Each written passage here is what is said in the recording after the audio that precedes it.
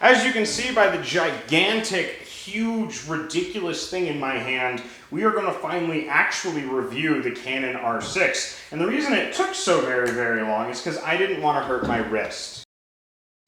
No, I'm joking. The reason is we were waiting for certain firmware and software updates to come through for this camera, so it had a fighting chance against the A7 III.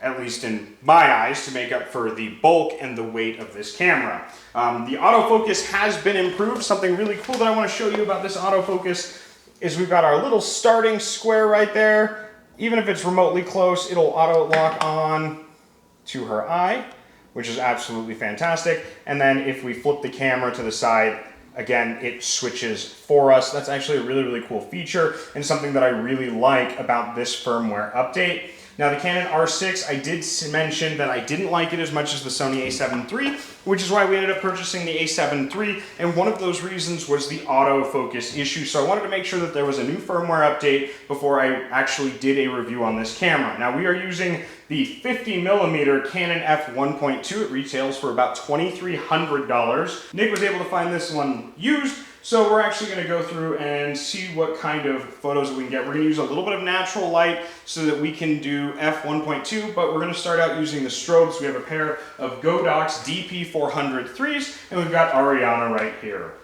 So let's go ahead and jump into this. We're just going to do a real quick couple of light checks.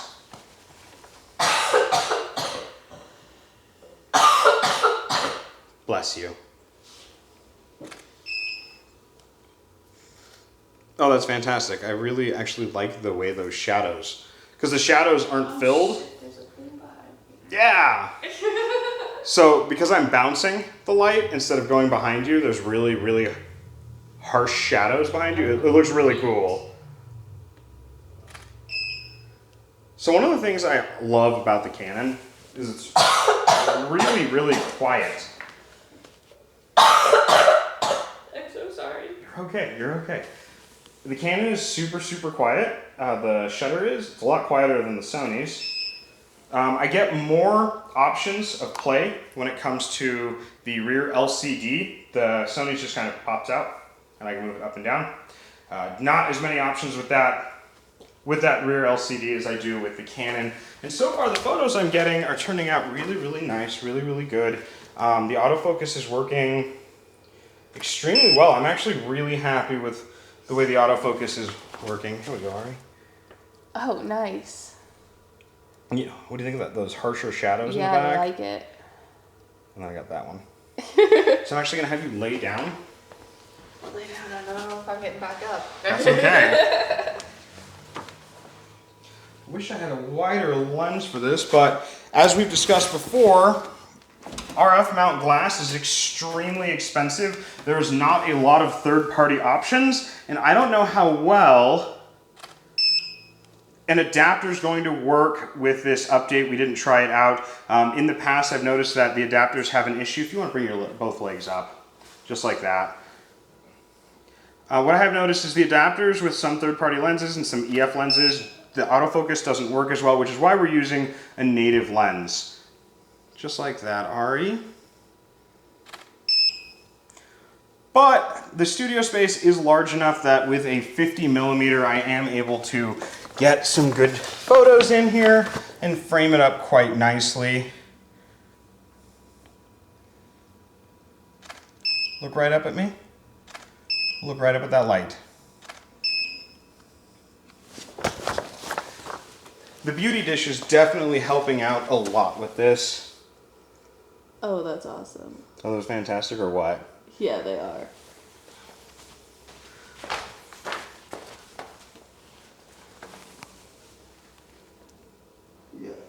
I'm not going to get you yawning. And I can pick these up. Yeah, any of the props you can just grab.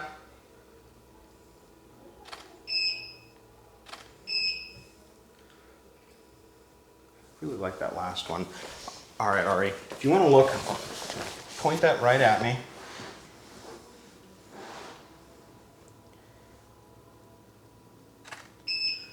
And then actually, that's so much better.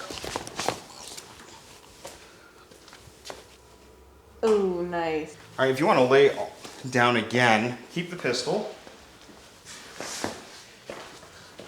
And I just want you to take your arm and hang it with the pistol over the side of the couch. This arm? No, you're right. When?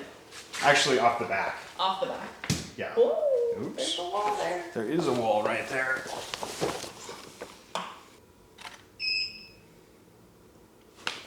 One more time. I am noticing a lot of improvement on the eye tracking compared to the last time I used the R6. The eye tracking has gotten a lot better with this new update. There was one in December as well, but I didn't test the camera back in December. What is etched in there? I don't know. I bought it from some kid. Oh, nice. Yes. I love it. Yeah? Yeah. So honestly, I'd say that the R6 has come a long way from when we looked at it last year when I was comparing it to the A7 III. If you're already invested in EF glass or you like the colors of the Canon color science, I definitely would say that the R6 is worth getting, especially if you can pick it up on the used market. Just be careful because native mount lenses, there's not a whole lot of them and they're extremely expensive. I would say that I would give the R6 at this point in time, a solid 9 out of 10 for value. The color, really the only reason I'm docking it is because my hands are smaller and this is a bigger, heavier body. That's something to consider if you have smaller hands.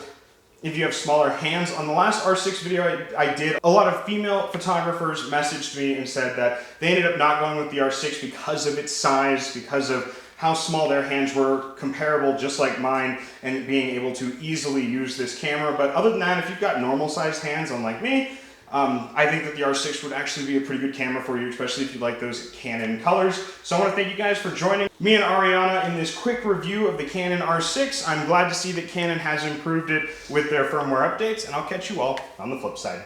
Bye!